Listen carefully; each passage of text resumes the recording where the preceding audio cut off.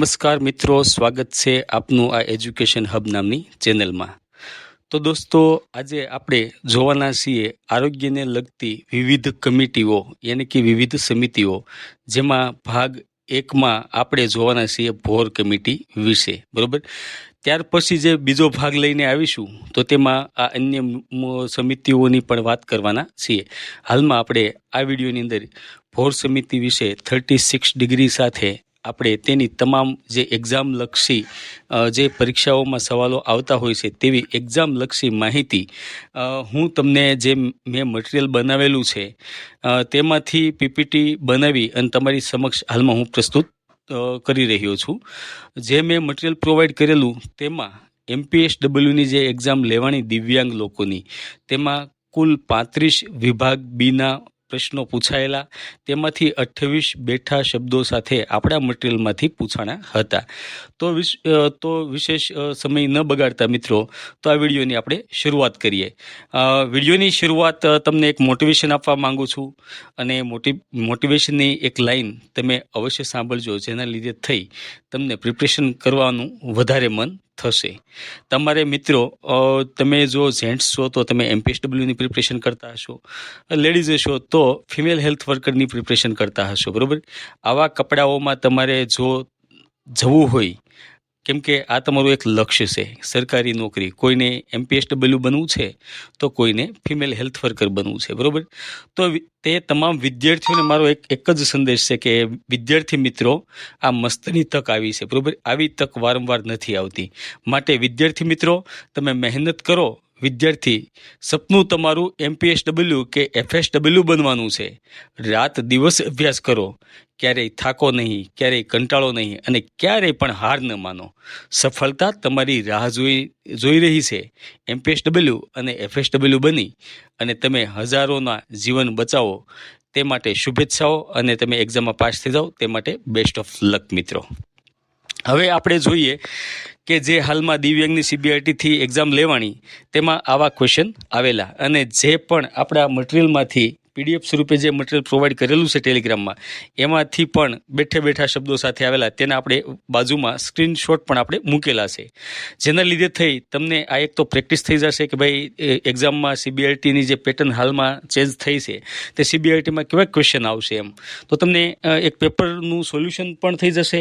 તદુપરાંત તમને એક આઈડિયા પણ આવશે। તદુપરાંત આ સવાલની આસપાસના બીજું નોલેજ પણ હું તમને આપવાનો છું। તદુપરાંત આપણે ભોર કમિટી વિશે સંપૂર્ણ 36 ડિગ્રીની એનાલિસિસ સાથે આ વિડીયો પણ બનાવેલો છે। કદાચ ભોર કમિટી વિશેનો કોઈ પણ ક્વેશ્ચન આવશે તો મને વિશ્વાસ છે કે આ વિડીયોથી બહાર નહીં જાય, કેમ કે મેં મટીરિયલ એ રીતે બનાવેલું છે, અમારી ટીમ અને મેં મટીરિયલ બનાવેલું છે, જે અમારી ટીમની મહેનત ઉપર મને ગર્વ છે કે આ એક જ મેં PDF આપેલી ભોર કમિટી વિશે, તેમાંથી બેઠા 4 ક્વેશ્ચન આવેલા એક જ PDFમાંથી, જેના પ્રૂફ આપણે ટેલિગ્રામની ચેનલમાં પણ મૂકેલા છે, અને હાલમાં હું તમને વિડીયો સ્વરૂપે PPT સ્વરૂપે પણ બતાવવા જઈ રહ્યો છું।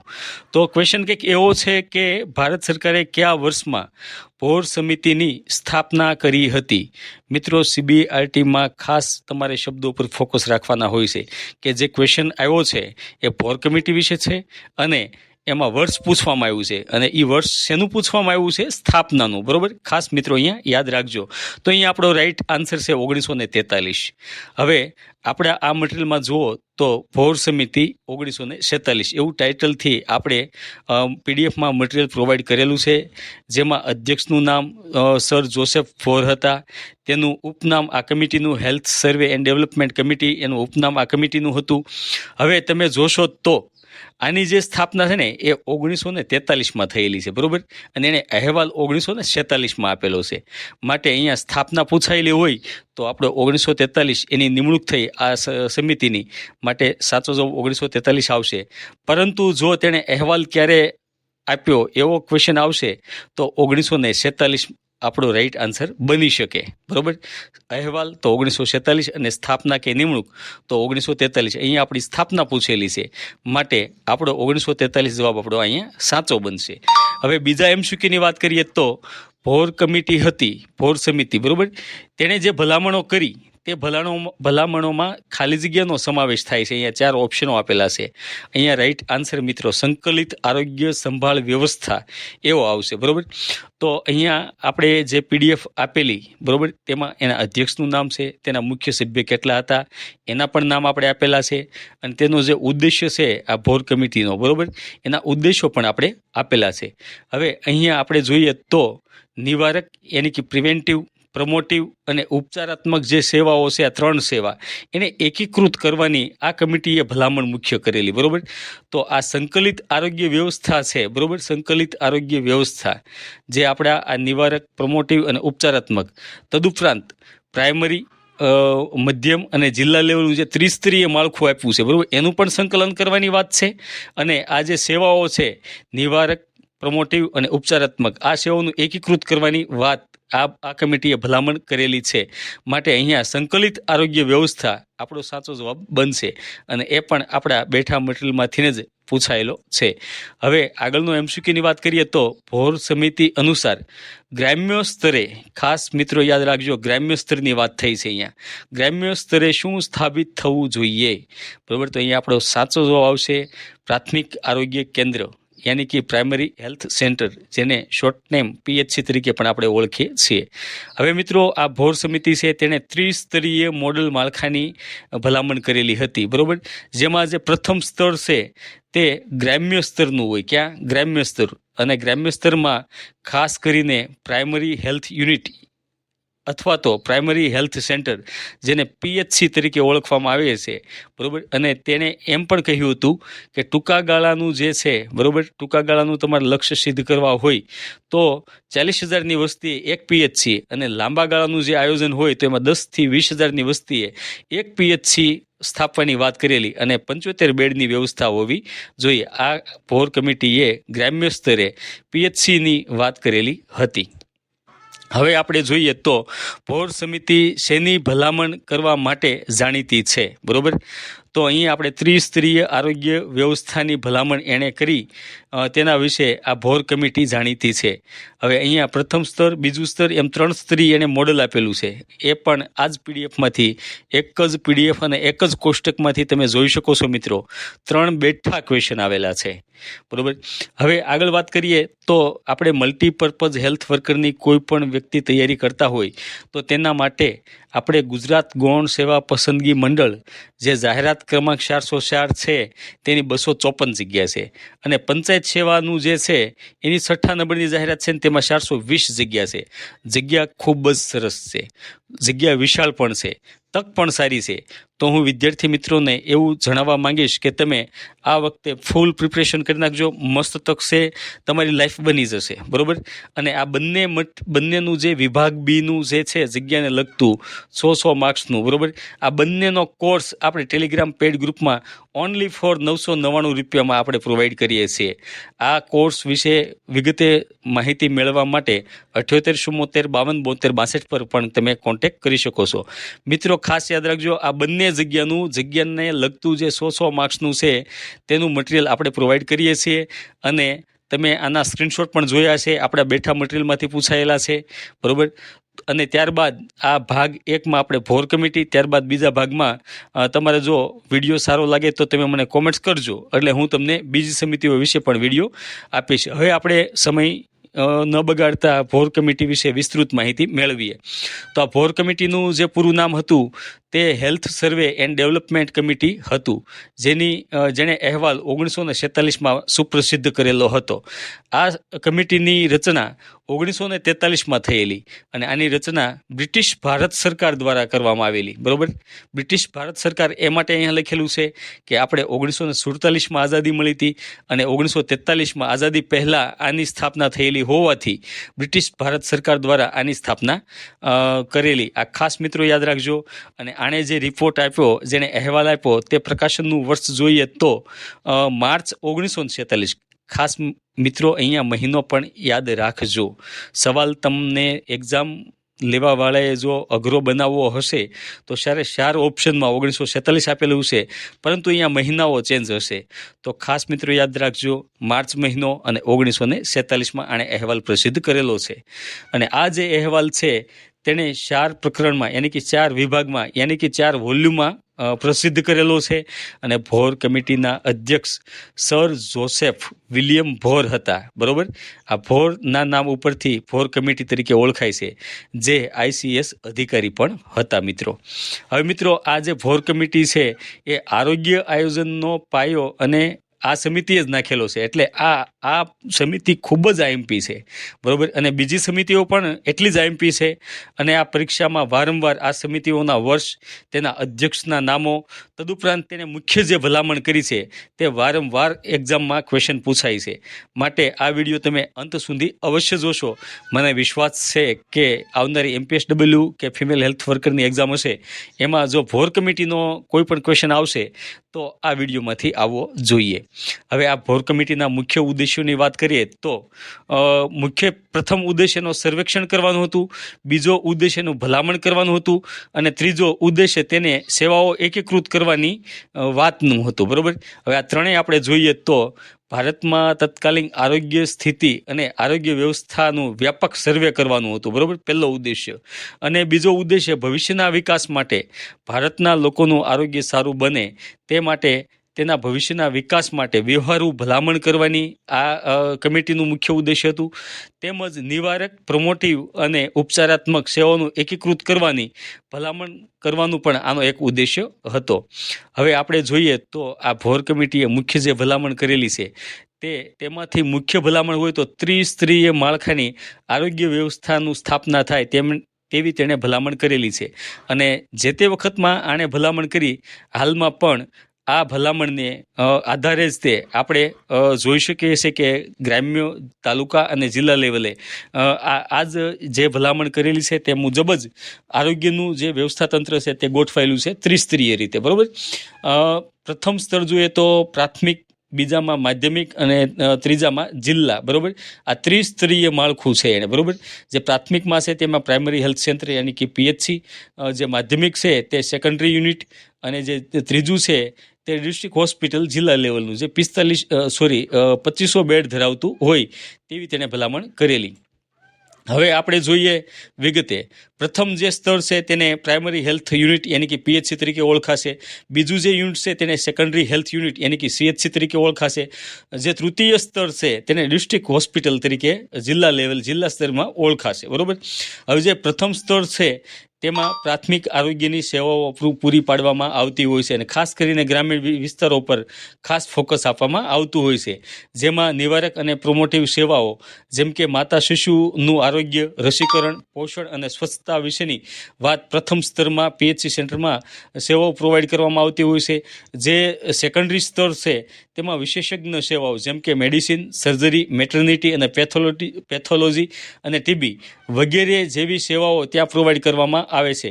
જે PHCમાંથી જે ગંભીર કેસો હોય તેને રિફર અહીંયા સેકન્ડરી હેલ્થ યુનિટ અથવા તો ડિસ્ટ્રિક્ટ હોસ્પિટલમાં રિફર કરવામાં આવતા હોય છે. અને જે સેકન્ડરી સ્તરમાં જે રિફર થયેલા હોય તેની પણ ખાસ માવજત સાથે ખાસ સારવાર પણ કરવામાં આવે છે. તેમજ ઓપરેશનની સુવિધાઓ પણ આ સેકન્ડરી સ્તરમાં હોય છે. તેમજ જે જિલ્લા સ્તર હોય તેમાં અત્યંત વિશેષજ્ઞ તૃતીય સેવાઓ પૂરી પાડવામાં આવે છે. ત્યાં સુપર સ્પેશિયાલિસ્ટ ડૉક્ટરની ટીમ પણ હોય છે. ત્યાં તાલીમ અને સંશોધન, જે આરોગ્યનું જે તાલીમ હોય, આરોગ્યનું સંશોધન હોય અથવા તો ખૂબ જ જટિલ કેસ હોય તેની સારવાર આ તૃતીય સ્તર યાની કે જિલ્લા સ્તરમાં થતી હોય છે. PHCમાં 75 બેડ, સેકન્ડરીમાં 650 બેડ અને તૃતીય જે સ્તર છે તેમાં 2500 બેડની સુવિધા આપવામાં આવે તેવું આ ભોર કમિટીએ સૂચન કરેલું હતું. હવે આપણે જોઈએ તો જે આ ત્રિસ્તરીય આરોગ્ય વ્યવસ્થા છે તેમાં આરોગ્ય સુધારણાના 3 પગલાંની વાત પણ આ ભોર કમિટીએ કરેલી છે. બરોબર, આ 3 પગલાંની વાત કરીએ તો પ્રથમ પગલું નિવારક, બીજું પ્રમોટિવ અને ત્રીજું ઉપચારાત્મક પગલું છે. બરોબર, નિવારક કોને ગણી શકાય? બરોબર, નિવારકનો મતલબ જ એવો કે રોગ આવતા પહેલા જ અટકાવો. દાખલા તરીકે રસીકરણનો ભારત સરકાર દ્વારા કાર્યક્રમ ચલાવવામાં આવે છે. એ રસી બાળકોને એ માટે જ આપવામાં આવે કે ભવિષ્યમાં તેને રોગ ન થાય. હવે પ્રમોટિવ કોને ગણી શકાય? તો આરોગ્યને વધુ સારું બનાવવા માટે જે પગલાં ભરવામાં આવે તેને પ્રમોટિવ પગલું ગણી શકાય. જેમ કે સરકાર દ્વારા સંતુલિત આહાર લોકો ખાય તે માટે જનજાગૃતિના અભિયાનો પણ કરવામાં આવે છે. તદુપરાંત યોગ કરશો તો તમારું આરોગ્ય સારું બનશે, બરોબર. આને પ્રમોટિવ પગલું ગણી શકાય. હવે ઉપચારાત્મક પગલું કોને ગણી શકાય? તો રોગ એક વખત થઈ ગયો છે, હવે એને સારવાર કરવામાં આવે અને એ રોગને મટાડવામાં આવે. જેમ કે કોઈને કાંઈ રોગ થયો હોય તો તેને દવા આપી, તેને સર્જરી કરી, તેનું સ્ક્રીનિંગ કરી અને એ રોગ મટાડવામાં આવે, તેને ઉપચારાત્મક પગલું ગણી શકાય. ટૂંકમાં ઉપચાર આપી અને રોગ મટાડવું, બરોબર. નિવારકમાં કેવું આવશે કે રોગ આવે એ પહેલાં જ અટકાવવો. પ્રમોટિવમાં કેવું આવશે કે આરોગ્ય વધુ સારું બનાવવા માટેની એને ટેવો અથવા તો જનજાગૃતિથી તેને પ્રોત્સાહિત કરવા. ઉપચારાત્મકમાં તો ભાઈ તેમાં ઉપચાર આપવામાં આવશે. હવે આ ત્રણેય જે સેવાઓ છે ને એનું એકીકરણ ભોર કમિટીએ જણાવ્યું કે ભાઈ આ ત્રણેય સેવાઓ એકીકરણ કરવામાં આવે. આ સમિતિએ જે ભલામણો કરી અને આ ભલામણો તેણે આ જે વ્યવસ્થા આપી તેને મુખ્ય 2 તબક્કાઓમાં વહેંચવામાં આવી હતી, બરોબર. એક તો ટૂંકા ગાળાના કાર્યક્રમો અને લાંબા ગાળાના કાર્યક્રમો, બરોબર. હવે આપણે ટૂંકા ગાળાના કાર્યક્રમની વાત કરીએ તો આ જે ભલામણ કરી તે મુજબ ટૂંકા ગાળાની અંદર પ્રાથમિક હેલ્થ સેન્ટર જે પીએચસીની સ્થાપના હોય તો એક પીએચસીની સ્થાપના ક્યારે થઈ શકે? તો મિનિમમ 40,000 વસ્તી હોય ત્યાં એક પીએચસીની સ્થાપના કરવી, આ ભોર કમિટીની મુખ્ય ભલામણ હતી, બરોબર. ક્યારે ટૂંકા ગાળાના કાર્યક્રમ વિશે પૂછાય તો ટૂંકા ગાળાના કાર્યક્રમમાં એક પીએચસીની સ્થાપના કેટલી વસ્તીએ થવી જોઈએ? તો 40,000. અહીંયા એણે સ્ટાફની પણ ભલામણ કરેલી છે. આ એટલું બધું આઈએમપી નથી, પરંતુ સરળતા ખાતર એક વખત તમે જોઈ લેજો, બરોબર. હવે આ પીએચસીમાં હોસ્પિટલની સુવિધા સાથે નિવારક અને ઉપચારાત્મક સેવાઓ એક સાથે આપવાની ભલામણ પણ તેણે કરેલી. જે સેકન્ડરી સ્ટેજ છે, જે સેકન્ડરી હેલ્થ સેન્ટર, બરોબર, ત્યાં પીએચસીને સપોર્ટ આપવાની વાત, કોઓર્ડિનેશનની અને સુપરવિઝનની પણ ભલામણ તેણે કરેલી. હવે લાંબા ગાળાના કાર્યક્રમમાં ભોર કમિટીએ એવી વાત કરેલી કે ભાઈ જે પ્રાથમિક યુનિટ છે ત્યાં 75 બેડનું હોસ્પિટલ હોય, 10,000 થી 20,000ની વસ્તી હોય, ત્યાં એક પીએચસીની સ્થાપના કરવી. ક્યાં? લાંબા ગાળાના કાર્યક્રમ માટે. હવે સેકન્ડરી જે યુનિટ છે તેમાં 650 બેડનું હોસ્પિટલની સુવિધા આપવી અને તમામ મુખ્ય વિભાગો જેમ કે મેડિસિન વિભાગ પણ હોય, સર્જરી વિભાગ પણ હોય, મેટર્નિટી વિભાગ પણ હોય, પેથોલોજી વિભાગ પણ હોય, તેમાં તેણે એવી ભલામણ કરેલી. જ્યારે ડિસ્ટ્રિક્ટ હોસ્પિટલમાં 2500 બેડની સુવિધા સાથે આ ડૉક્ટર અને નર્સનો સ્ટાફ પણ હોવો જોઈએ અને આ આખી વ્યવસ્થા રિજનલાઇઝ્ડ યાની કે પ્રાદેશિક હશે તેવી પણ તેણે ભલામણ કરેલી. એ પ્રાદેશિકનો મતલબ એવો કે નીચેના સ્તરથી ઉપરના સ્તર સુધી રિફર કરી શકાય તેવી સિસ્ટમ પણ હોવી જોઈએ. જેમ કે કોઈને નાનો હુનો તાવ આવ્યો હોય તો પીએચસીમાં એને મટી જશે, પણ કોઈને અતિ ગંભીર રોગ હશે તો પીએચસી લેવલનું કામ નથી, એટલે એને રિફર કરવો પડશે તાલુકામાં અથવા તો જિલ્લામાં. એટલે આ જે રિફરની સિસ્ટમ હોય તેવી આ ભોર કમિટીએ પણ વાત કરેલી, બરોબર. હવે મુખ્ય જે ભલામણો કરેલી છે એ એક્ઝામ લક્ષીની હું તમને વાત કરું તો પ્રિવેન્ટિવ, ક્યુરેટિવ, આ જે ત્રણેય સેવાઓ છે તેનું એકીકરણ કરવાની આ ભોર કમિટીએ વાત કરેલી છે. ત્યારબાદ તેણે ત્રિસ્તરીય આરોગ્ય વ્યવસ્થાની પણ વાત કરી છે, પીએચસી, સેકન્ડરી અને થર્ટરી, બરોબર, જે જિલ્લાની આવે તે. અને તેણે ટૂંકા ગાળા માટેનું જો પ્લાન કરવું હોય તો એક પીએચસીની સ્થાપના માટે 40,000ની વસ્તી હોવી જોઈએ અને લાંબા ગાળાનું જો પ્લાનિંગ હોય તો 10,000 થી 20,000ની વસ્તીએ એક પીએચસીની સ્થાપના કરવી અને 75 બેડની સુવિધા, બરોબર. આ ખાસ મિત્રો યાદ રાખજો. તદુપરાંત આપણે વાત કરીએ તો આ સમિતિએ મુખ્ય એકીકરણની વાત કરેલી છે, બરોબર. નિવારક, પ્રોમોટિવ અને ઉપચારાત્મક આ ત્રણેય સેવાનું એક જ વ્યવસ્થામાં એકીકરણ થાય, તેમજ સાર્વજનિક અને મફત સેવાની વાત કરી છે. કોઈ અમીર હોય તો એને વધુ સેવા મળે અને ગરીબ હોય તેને ઓછી સેવા મળે એવું નહીં, બરોબર. આવકને કારણે નહીં, કોઈ આવકને કારણે વંચિત ન રહેવું જોઈએ, બરોબર. તમામને સાર્વજનિક અને મફત સેવાની વાત કરેલી છે આરોગ્યની, બરોબર. તદુપરાંત આ પીએચસી ઉપર વધુ ભાર આપેલો છે, કેમ કે પીએચસી એટલે ગ્રામીણ કેન્દ્રિત છે અને મોટાભાગની વસ્તી આપણી ગ્રામ્ય કક્ષાએ રહેતી હોવાથી તેણે ગ્રામીણ કેન્દ્ર પર વધુ ભાર આપેલું છે. તદુપરાંત તેણે સામાજિક અને તબીબી ક્ષેત્ર પણ વધુ ભાર આપેલું છે. ડૉક્ટરને માત્ર ઉપચારક નહીં પરંતુ સમાજના આરોગ્ય રક્ષક તરીકે જોવું તેવી પણ તેણે ભલામણ કરેલી છે. તદુપરાંત આ કમિટીએ વિલેજ હેલ્થ કમિટીની રચનાની પણ વાત કરી છે કે દરેક ગામમાં 5 થી 7 સભ્યોની કમિટી બનાવો અને આ કમિટી બનશે તો તેના દ્વારા લોક સહભાગિતા વધશે અને લોકોનું આરોગ્ય સુધરશે તેવી વાત પણ આ ભોર કમિટીએ કરેલી છે. હવે આપણે મિત્રો આપણે જે ભણી ગયા છે તેમાં તમને કેટલું યાદ રહ્યું તે માટે પ્રેક્ટિસ માટે આપણે એમસીક્યુ પણ જોઈ લઈએ, બરોબર. તો અહીંયા પ્રથમ MCQ છે કે ભારતમાં પ્રાથમિક આરોગ્ય કેન્દ્ર જે PHCની સ્થાપના જે કરવી હોય બરોબર કરવાની, તો એ ભલામણ સૌપ્રથમ કઈ સમિતિએ કરી? તો મિત્રો અહીંયા 4 ઓપ્શન આપેલા છે. અહીંયા ભોર સમિતિ, ખાસ યાદ રાખજો, ભોર સમિતિએ જ તે PHC સ્થાપના માટેની સૌપ્રથમ વાત કરેલી હતી. અહીંયા ખાસ શબ્દો યાદ રાખજો, સૌપ્રથમની વાત થાય છે. તો સૌપ્રથમ PHCની સ્થાપનાની ભલામણ ભોર કમિટીએ કરેલી, માટે અહીંયા C આપણો સાચો જવાબ બનશે. મિત્રો આપણે MPSWનો કોર્સ પણ આપીએ છીએ, મુખ્ય સેવિકાનો કોર્સ પણ આપીએ છીએ. 999 ફી છે. વધુ માહિતી માટે તમે 78 પર કોન્ટેક્ટ કરી શકો. આપણે મુખ્ય સેવિકાનો જે કોર્સ પ્રોવાઈડ કરેલો તેમાં દિવ્યાંગની મુખ્ય સેવિકામાં કુલ 75 ક્વેશ્ચન આવેલા. 75માંથી બેઠા શબ્દો સાથે 55 ક્વેશ્ચન આપણા મટીરિયલમાંથી આવેલા. હમણાં જે દિવ્યાંગનું MPSWની એક્ઝામ લેવાની તેમાં પાર્ટ બીમાં 35 ક્વેશ્ચન હતા. 35માંથી 28 બેઠા શબ્દો સાથે આપણા મટીરિયલમાંથી આવેલા, જેની આપણે વિથ પ્રૂફ આ વિડીયોમાં પણ અમુક મેં પ્રૂફ શેર કર્યા છે, અને એજ્યુકેશન હબ નામની જે આપણી ચેનલ છે તેમાં પણ આપણે વિથ પ્રૂફ સ્ક્રીનશોટ સાથે શેર કરેલા છે. તમે જો અમારા ટેલિગ્રામ ગ્રુપમાં જોડાવા માંગતા હોવ તો તમે નીચે કોમેન્ટ્સ બોક્સમાં ટેલિગ્રામની લિંક આપેલી છે, તેથી તમે જોઈન્ટ થઈ શકો છો. હવે બીજા નેક્સ્ટ MCQની વાત કરીએ તો ભોર સમિતિમાં ટૂંકા ગાળા, ખાસ યાદ રાખજો મિત્રો, ટૂંકા ગાળાના ધ્યેય માટે PHCની સ્થાપના કરવી હોય તો કેટલી વસ્તી હોવી જોઈએ? ટૂંકા ગાળાની વાત હોય તો અહીંયા મિત્રો 40,000 ઓપ્શન આવશે, બરોબર. આ સાચો જવાબ આપણો આવશે 40,000. પરંતુ જો લાંબા ગાળાની વાત હોય તો આ કોમેન્ટ બોક્સમાં તમે જણાવજો, મેં અગાઉ વિડીયોમાં વાત કરેલી છે, બરોબર. હવે ભારતમાં હેલ્થ ફોર ઓલના આધાર તરીકે કઈ સમિતિને માનવામાં આવે છે, બરોબર. હવે હેલ્થ ફોર ઓલનો મતલબ એવો કે સાર્વત્રિક સેવા હોવી જોઈએ, મફત હોવી જોઈએ, બરોબર. આવકને ધ્યાનમાં લીધા વિના, અમીર હોય કે ગરીબ હોય, બધા જ માટે હેલ્થ, બરોબર, હેલ્થની સુવિધા મળવી જોઈએ. હેલ્થ ફોર ઓલ આ કઈ સમિતિએ વાત કરી? તો અહીંયા ભોર સમિતિ આવશે મિત્રો. C આપણો રાઈટ જવાબ બનશે. અહીંયા નેક્સ્ટ MCQની વાત કરીએ તો એક PHC પ્રતિ 40,000ની વસ્તીએ હોવું જોઈએ, આવું ભલામણ કરનાર સમિતિ કોણ? તો ખાસ મિત્રો અહીંયા ભોર સમિતિ આવશે.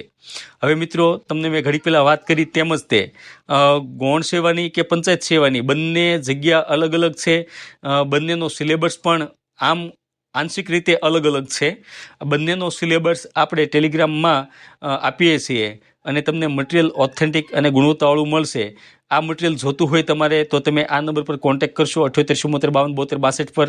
બંનેનો એક સાથે જ તે 999 આપણી ફી છે તેમાં આપણે પ્રોવાઈડ કરીશું.